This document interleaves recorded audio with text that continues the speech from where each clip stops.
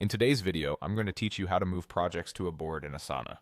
By the end, you'll know the simple, reliable way to view any existing project as a Kanban-style board without changing your underlying work.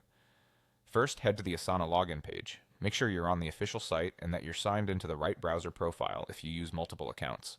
A quick tip: bookmarking the login page can save time if you switch workspaces often. On the sign-in screen, click Continue with Google. This is the fastest route if your organization uses Google to authenticate.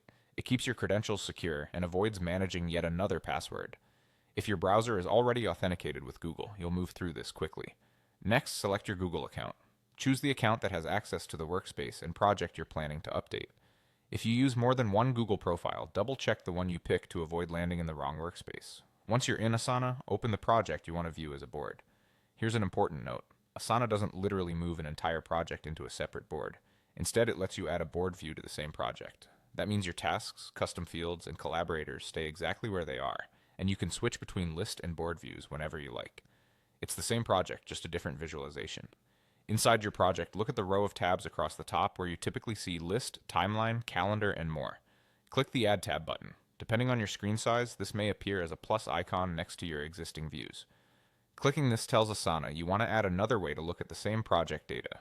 From the menu that appears, choose Board.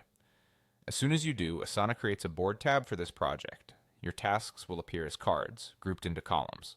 If your project already had sections, those sections become the columns. If it didn't, Asana will start you with default columns you can adjust later.